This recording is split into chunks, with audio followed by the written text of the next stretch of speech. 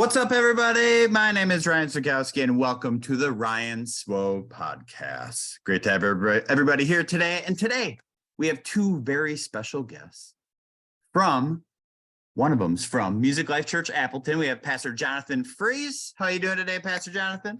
Great. Yay. Thank you, Ryan. Thank you. And from Music Life Church, Kimberly, we have Pastor Joel Swokowski. Look at that. Oh, man. Hello. Those big ovations. I like that. To both sides of the street. Yeah. Right. Yeah.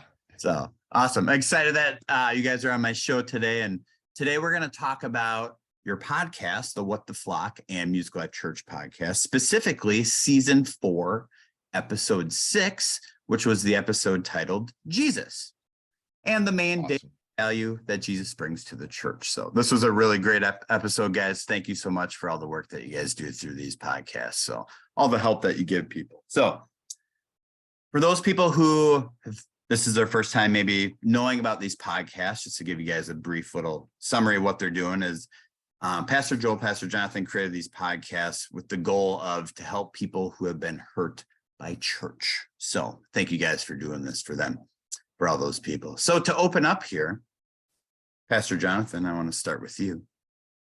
How has the topic of Jesus in the church caused damage in your life? Ooh. Well, growing up in the church, great question, has always been, it's all about Jesus. Everything's all about Jesus. Jesus this, Jesus that, make Jesus your personal Lord and Savior. You need to ask Jesus into your heart. It's all about Jesus. Jesus is everything. And when you have a question, the answer is Jesus.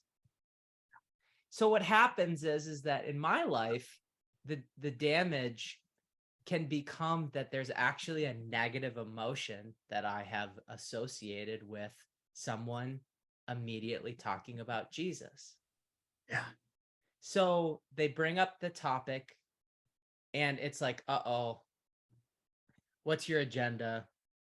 Are you trying to get me converted?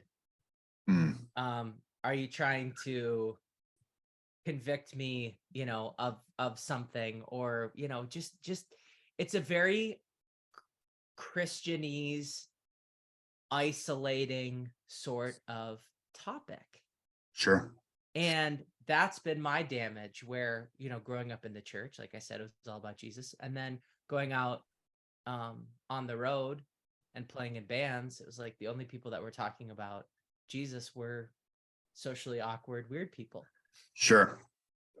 So to talk about Jesus in my life and sort of putting that in the right spot in my brain. And when it was healed in my life,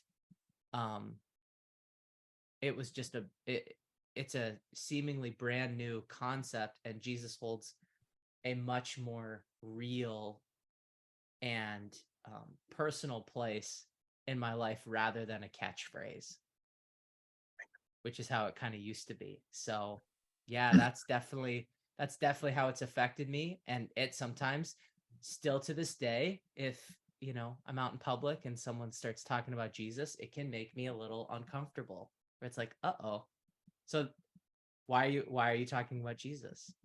Especially someone that I don't know. Sure. Definitely talking to me about Jesus and all of that. So that is my damage. And I'm definitely healing and working through a lot of stuff even to this day. Yeah. Man, that's awesome. I appreciate you sharing that. Yeah, I can relate to that on a lot of those different levels myself. Pastor Joel, same question. The topic of Jesus in the church, how has that caused damage in your life? Well, for me, it's very, very similar to Pastor Jonathan, but kind of manifests itself in a different way, where Jesus is almost what he has done and what he brings to the church was a very limited perspective. Yes, Jesus is the answer to all of your issues, kind of like what Pastor Jonathan was saying. He's the answer. He's the answer. But it was very limited to the only thing he did was come to die for my sins and give me salvation. Yeah. The work. So if you look at the Bible as a story, it's interesting as I'm going to kind of pitch season 5 a little bit here too, because Do it season up, 5, man. Do it up. we will unpack more and more about this very topic in some future episodes.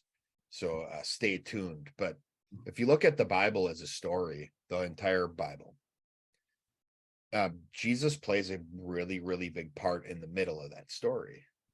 And it seems like that's the part that Christians in the church has really magnified, which is great. In part, it's great. He is the way, the truth, and the life. We aren't saved by him. We aren't connected to the Father. We aren't saved without him. We aren't connected to the Father without him. But what was Jesus doing before he came to earth? And what is he doing now? Those are things I never even thought of. This is one of those areas I didn't really know I was damaged in until I started realizing for myself. There's a lot more to what Jesus did and is still doing than what I was ever taught. To me, it was, he's the way to my salvation. Once I become born again, now what? Yeah. I don't know. I was never given the answer to that. So that would be where it may not seem like damage, but there is damage there because it's really given a very limited and poor picture of what Jesus has done and what he continues to do for the church. Yeah, absolutely. Man, great answers, both of you. Thank you so much for sharing. I like to know how you guys feel. So thank you so much. It's great. And throughout the podcast here, this episode, you guys brought up the topic of Buddy Christ, Buddy Jesus. Yeah. A depiction of Jesus some people have where he's here just to kind of hang out and chill. I'm not here to cause any pain, that type of mentality that people can have towards him. However, Jesus wants us to know truth and he wants us to grow. And growing includes experiencing pain. Jesus likes to bring tension. So Pastor Joel, I'll start with you. What is your emotion tied to tension? Oh, it's getting better. I think as a whole in Musical Life Church, it is something for the last few years now, we've really went head first into understanding what tension really is, understanding the benefit of tension, and understanding our responsibility as it relates to how we respond to it. How I feel about it, it's still uncomfortable. Sure. The emotion I have attached to that now has grown into a more positive emotion, even when it feels uncomfortable, because I know the understanding that I have, the faith I have in what tension is, because tension is intangible, right? I can't see it.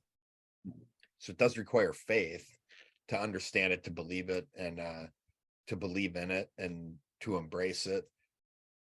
And I see tension now as stored energy. Nice.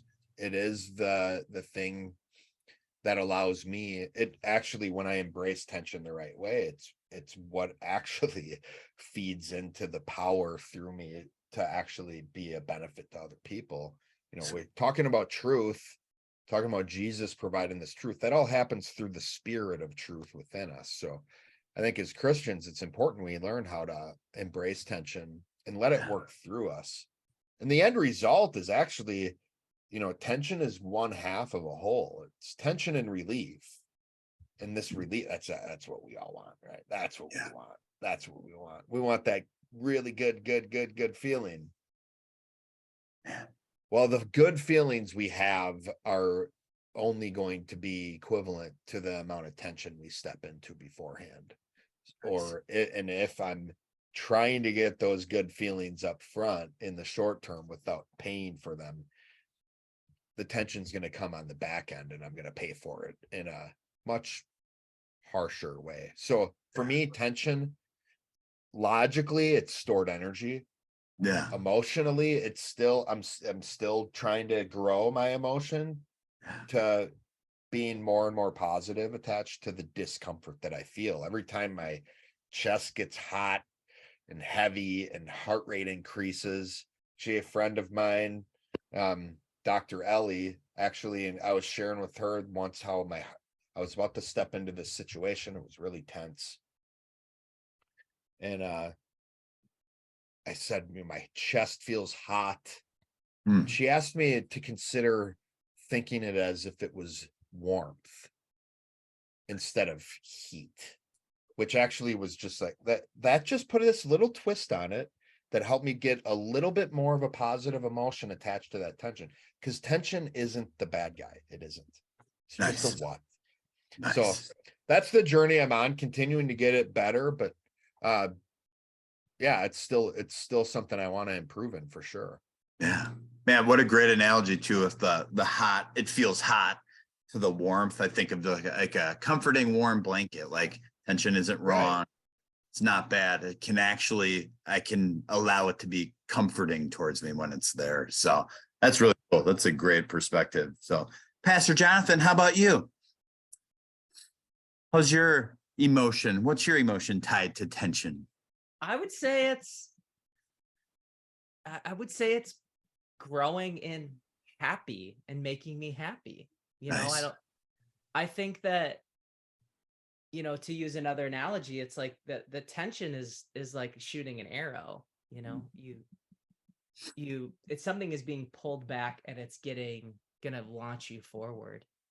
And so I think the more I grow, the more I realize, when tension is occurring, I'm gonna get launched forward. There's gonna be some sort of growth and some sort of progress that's gonna happen as a result of me feeling that tension within myself. And I actually, for a long time, I thought that I was really bad at handling tension because I would feel it so strongly, where a situation wouldn't necessarily be like, wow, it's really tense to like step in and ask that person a question. However, as I've learned about myself and how my sensitivity to when things are tense, what it's actually doing is it's growing my confidence in the fact that I've been built to handle a lot of tension. Because I feel the tension, not only do I feel my own tension, I can feel the tension from other people as they are stepping into situations. And so that is causing me to realize, I've been built to step into a lot of tense situations. And in fact, I used to think that handling tension well was getting really angry, and stepping into it, and then being a bulldozer and knocking people over and being being a bully, essentially. That's someone who likes tension. But that's not what I'm realizing is if you like something, if you enjoy something, like you enjoy a movie, it makes you smile or it makes you emotional. It makes you, it makes you excited, and you don't want it to be over. You're not trying to win an argument or a conversation. You're trying to grow through it, and you're actually enjoying tension is not trying to be done with it, not trying to just get this off of me. You're going, ooh, this is tense. Wait, that's a great question. I want to sit in this. Let's talk about this. What do you mean by this? And you're not trying to escape the moment. Nice. And so I think as and I, and like people like Pastor Joel and other friends of mine who are just naturally better, they don't avoid tension like I used to, have helped me attach a better emotion to it, because those tense conversations that we have are the most memorable conversations that we have. Yeah, they are. Nice. And they're they end up being the stories that we all tell to each other about, remember when we had this conversation? Remember when we talked about this? Remember when we talked about that? So I would say, tension, my predominant emotion is happiness to it. Nice. In conclusion. I love it. I love it. You guys are on it, man, because that's a great segue into the next question that I had for you guys. Was within this episodes between the two podcasts, you guys talked about getting happiness in one step. It was kind of like this tension and then the relief part. A lot of times in my life, I just want to chase for the relief part, right? Without the tension. But happiness in one step, for example, like if I'm sad, I want to get happy right away, where I ought to maybe take a step back, reach out to somebody, see why I'm sad, what the issue actually is. I don't always do that. So I want to ask you guys, what is one way that you try to get happiness in one step? So you don't take the backward step and you're like, I'm going to go be happy right now. Food. Oh, nice. You sure? That's like, I came to like, what a great example of something I think a lot of us can connect with and empathize with is, a real easy way if I'm feeling low or feeling lack of energy or just feeling bummed out is like go and get a candy bar and just eat something, and what a great picture of something that the happiness is up front and the tension is on the back end, where it's like there's times where I'll eat too much sugar and then 10 minutes later my heart rate is up and I'm like, I got to drink a bunch of water because I'm just like feeling like garbage now because I'm not thinking ahead. I'm not thinking it is an A to B one step. I'm here, B's here. That's my happiness. One step. Let me eat too much or something not good for me that gives me all those like pleasure chemicals. That's a really easy one for me. And, the long-term ramifications of that can be devastating. Yeah. So that's an easy one for me. That's great, man. I don't think I got the sentence out before you even answered that. So that's awesome. Yeah, it was locked and loaded. I love it. That was great. So how about you, Pastor Jonathan? Yeah. I mean, for me, how I try to get happy in one step is just prayer and reading the Bible, and just like, I guess my weaknesses are my biggest strength. Oh, man. That's great. I see that, Jonathan. I see that. That's Yeah, awesome. right. I don't know. I guess I just pray, like I'm pray too much. Like I'm too, like, I don't know. I'm like, I read my Bible and I study just too hard, and I'm just trying to get happy in one step. And, I feel really bad about that, Man, that's so good. If yeah, anybody's I don't know. ever It's a struggle for me, I guess. It's just a struggle. Like, man, you're so spiritual. You're so great. Well, hey, Jonathan. guys, I really, Yeah, I need to read it, I don't know. Anyway. that's great. So if anybody's So ever, my real answer is that's why I did this. That's why my I real saw you answer. pulled. I wondered. what is that? Coffee. Coffee, Just caffeine. Got it. Caffeine. Caffeine. Oh yeah. When I wake up in the morning, it's like bang. You know how that's me trying to be happy in one step. Yeah. I want to wake up. I want to get caffeine in my system. I want to get going. I could drink, coffee probably all day. Mhm. And to Pastor Joel's point, to the point where I'm sitting there going, Yeah. Why is my Apple Watch telling me I'm exercising? Exactly. Would you like to record your indoor run? Yeah, right? Indoor run. Oh man. But that's another one is scrolling on Facebook or Instagram. Nice. Yeah. Like so easy to just, I can't, when I pick up my phone and I see, that red little circle on the top of any of these apps. Yeah. And I must click Notification on this notification. Oh, I got to check that out. Oh, and then all of a sudden here I am. And that reminds me of like the streaming services too, watching TV, movies. And none of these things are bad in and of themselves. We're just saying like the approach of like, these have been things Jonathan and I have done just in an effort to seek out the way it makes us feel. Step one. Yeah. That's relatable. Like food's a biggie.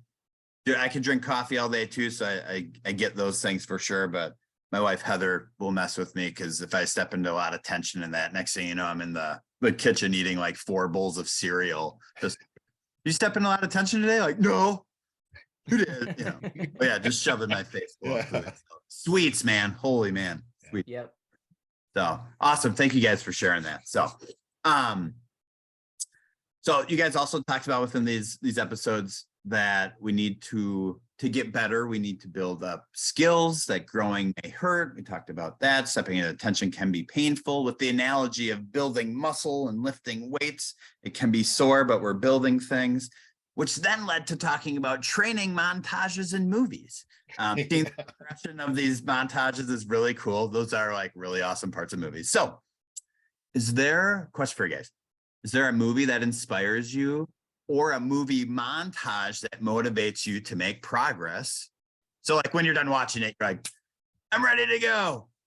So Pastor Joel. Well, I mean, illogically, every time I watch Rudy, I feel like I could walk on to the Notre Dame football team if I just try hard enough.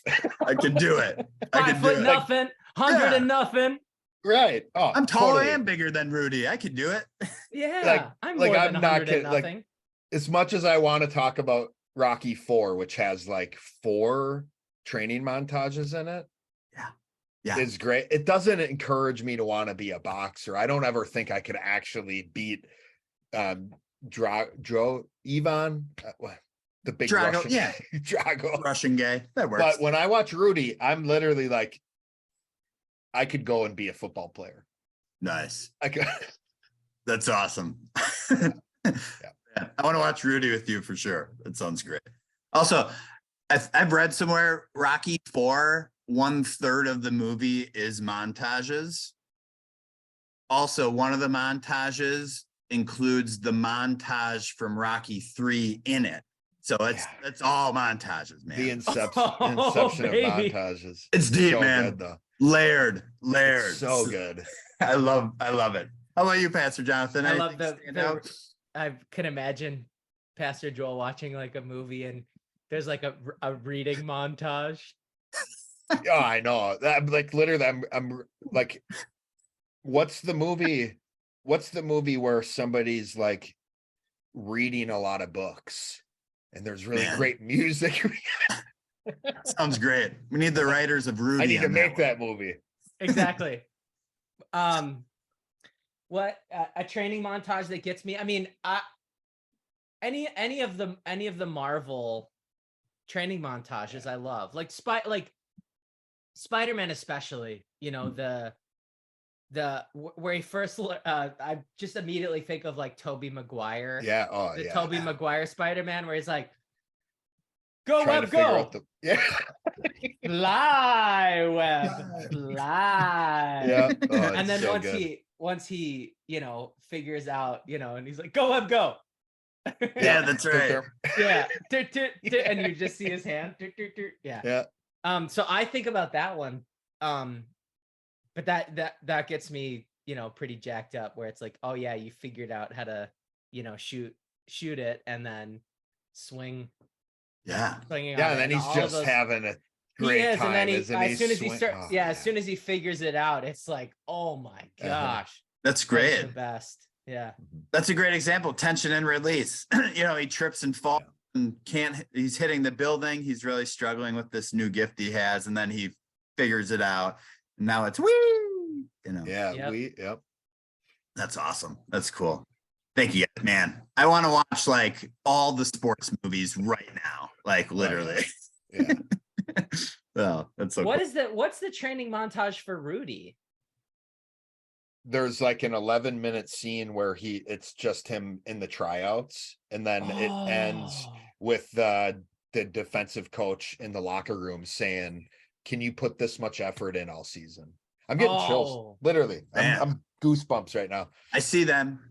And he, so there's that. And then there's also, I mean, there's another one where it starts is with him opening he gets accepted into the school, into Notre Dame.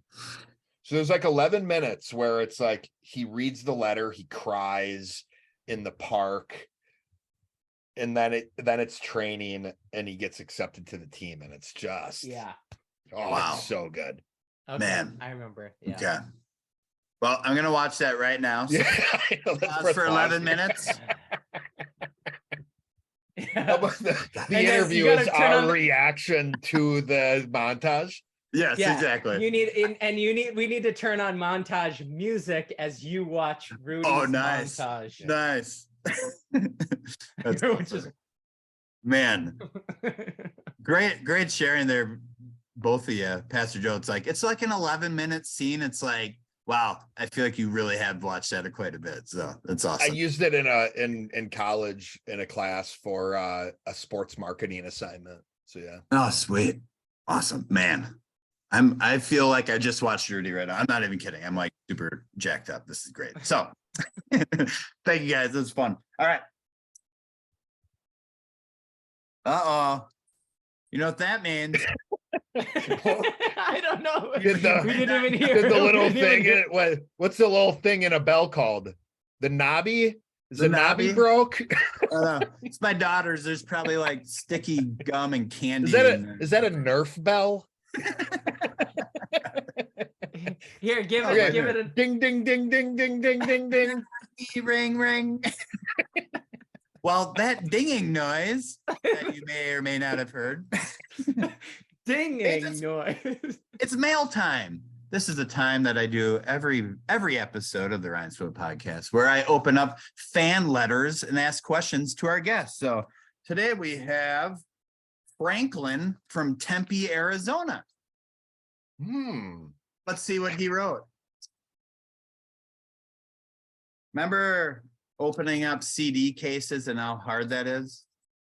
It's equally as hard for me to open up letters, I think, sometimes. I just rip that thing open. Let's see what Franklin has for you guys. Dear Ryan, love the show. It's so great and amazing. Man, my fans. Wow. Your fans are awesome. They have nice things they say about you. Man. Adjectives. Your show. Right up. Next letter. Oh, that's so funny. All right. This is okay. This is for you guys. This is for the PJs. Which episode of What the Flock in the Music Life Church podcast has stood out the most as a favorite of yours? Second question, Pastor Jonathan, when is the next Adama show or Adama show? Yes, a favorite. Wait, did Franklin not know how to pronounce it, or did you forget? That was me. He didn't put any accent marks, so I don't know. Okay. Adama show. Yeah. First question. Favorite episodes that have stood out to you guys between the two podcasts? Ever? Okay. That is so hard. But favorite. I want to differentiate something here. Yes. Favorite doesn't mean best. Okay. Because my answer would be different for best episode. Okay. Favorite, the first thing that stood out to me is the Once Saved, Always Saved episode. That I feel like is so on brand for the type of topics we want to talk about, as far as topics that have caused damage in the church. And the ultimate answer that we give not only addresses Once Saved, Always Saved, but it helps people understand their salvation at a level where they can actually be assured of it. So it's just like that for me, it would be favorite territory would be that. Awesome. Great episode. Great answer. I'm going to go all the way back to season 1 in the tattoos episode. Oh wow. So here, the reason why I think that was my favorite was because I literally helped Pastor Joel with something on the air. Yeah. He was embarrassed about his tattoos. And I gave him a perspective about tattoos where it's like, listen, I want, like, as a pastor, I want people to remember the embarrassing things that they've done. I want people to hold the people they were in the past close to themselves. And I want them to always like to keep that person close, like the Apostle Paul talking about he killed sinners. He didn't forget that he was, or I'm sorry, Christians. Paul did not forget that he killed Christians. He held that person very close to him. And I want people to do that. So when Pastor Joel was saying, well, I have all these tattoos from my past that are kind of like they're embarrassing. I'm like, no, I like that you have those tattoos that are embarrassing, because when you look at yourself in the mirror, you can remind yourself of the person that you were. Sweet. And so here's why that was my favorite, is because like it was something that was completely improv. There was no plan for it. No. Number two was Joel and I are doing this podcast together, and it's difficult when you start recording to go, be yourself, Ryan. Ready, set, go. You just be you, be yourself. And it's like, yeah, but there's a microphone and we're on the couch and we're sitting together. I don't know to do myself. It's like, no, you need to be yourself when it's rolling. And that was one of the things and that people had mentioned, that we sound like we are ourselves when we are recording the podcast. Well, that episode was the one where I truly believed, oh, we have something here. Yeah. Nice. Because we're literally talking just like Pastor Joel and I talk to each other. I was giving the listeners the experience that Pastor Joel and I have when we help each other. Right. So that to me is, I think, my favorite episode.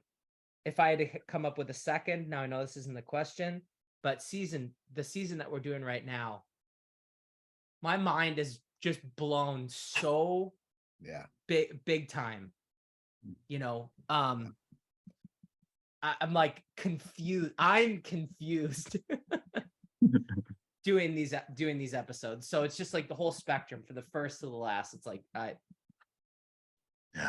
those are my favorite. Great question. Great. That's answers. Awesome. Yeah. Sometimes I'll go weeks without looking at myself in a mirror. Nice. Groundhog Day. Nice. Groundhog Day. Got it. Bam. Nice. Also a movie with montages. Oh yeah, the death montage. Yeah. It's him getting better, right? Yeah. Building skills, really. Mm-hmm. Yeah, there's a few in there. It's a great becoming a man movie. Yep. It's awesome. So we're going to take a break and watch Groundhog Day for the next hour and 47 minutes. Okay. Yeah. Phil? Okay. Ned? Oh, man. I want to go through the whole movie. Like, I feel like I could. There's so many quotable lines. It's so good. That's great. Awesome. Thank you, guys. Branch from that. Yeah. Adama, when's the next show? Oh, December 17th. Sweet. December 17th, 2022. Yeah, I'm like, pay no attention to me. I'm not really quickly looking to see when this episode airs. Right. Oh, yeah. Funny that you say that. I was like, whoops. Oh, you're not? Okay. I was looking to see when the show is. The next Adama show was 9 days ago. Oh. Sorry. It was voiceover editing there. It was great. When's the next show? February 7th. Yeah. So awesome. December 17th. Great. That's awesome. Yeah. Great band. Okay. Let's progress forward here. So this is really fun. Pastor Jonathan, I have a question for you. In this episode, you helped Pastor Tater with some of his own pastor damage. Boy, that was great. For you to help him get some of this pain out was awesome. So you also shared about some of the pastor damage that you had, like dealing with a boss type pastor and an enabling pastor. Question for you is, what did you do to deal with your pastor damage, and how did you repair this damage? Ooh. First thing I did was there was a season where I didn't refer to myself as a pastor. I had to unlump the word pastor with boss, or, because that's what the word pastor meant to me. Yeah. So I was identified as a pastor, like, Jonathan, you have this gift. And I was like, I don't want that. I don't want to be that guy. And it was described to me, well, a pastor is a shepherd. So I started to, when someone said pastor, I started to go, that's a shepherd. A pastor is a shepherd. So instead of, though, not calling myself a pastor, which I don't like, churches are churches, businesses are businesses, pastors are pastors, CEOs and organizations are CEOs. Like, it's better to, with the words that God uses, to have to strive to repair the emotion with those words, versus going, oh, I need to call someone who is a pastor a shepherd. But that's what I started to do, is I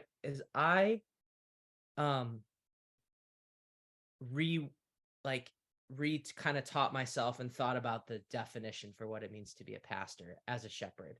And then all of those pastors in the past, I didn't see them as pastors anymore.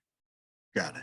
So I basically, because there were pastors who were shepherds, and there were pastors who were bosses or business owners. Nice.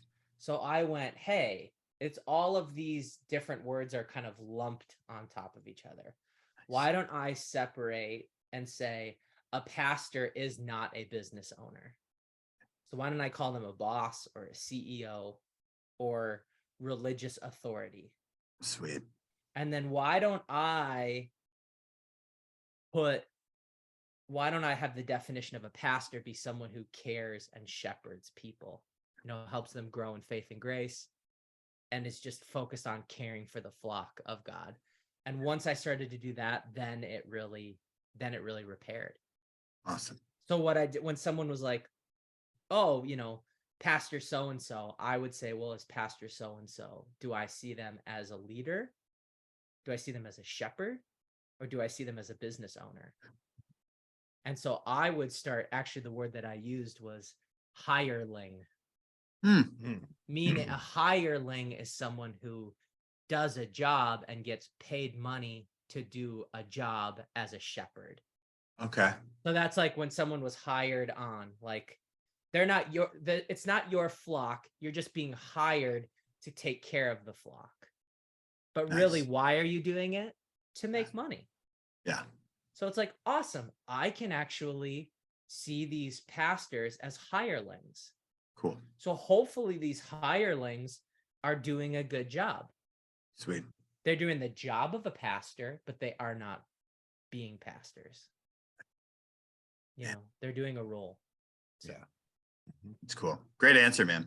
Great answer. Thank you for sharing that. Pastor Joel, I got a different question for you. In the Mulk podcast here, there's a lot of discussion about pastor damage. So what advice would you give someone who is unsure whether their pastor is really caring for them or being a boss type pastor? Well, the first thing would be to determine, who's benefiting from the advice that they're being given. So the scenario is just a person who wants to know, is this person actually shepherding me, or are they just bossing me around? Yeah. It simply comes down to who benefits. The shepherd shouldn't benefit immediately with the advice that they give to their flock. Got it. The sheep benefit up front. The benefit goes to the sheep. Nice. So in that benefit that we experience, because that's another thing we need to define here, is what would be that benefit the sheep experience is a shepherd would be facilitating their purpose and progress, not his own or her own. So that's the simple way to determine, is that because a boss will facilitate their own purpose and progress at the expense of the people that are following them. A leader will facilitate the purpose and progress of the people that are following them. And regardless of what they get out of it, and there's faith and love and all these doctrines combined with that. But that'd be the simple question I'd ask. Who's benefiting up front with the advice that I'm being given? Got it. Awesome. Great answer. I love it. Thank you guys so much. We're going to wrap it up here. Okay. we're going to wrap up this because I know you guys got to get going. You guys are busy. We're going to play a game. Okay. So the game is, in 20 words or less, can you pitch why people should listen to season 4 of these podcasts? And whoever can do it in the least amount of words will win a Ryan Swo podcast t-shirt. Wow. So why Anyways. you should listen to season 4? Yep.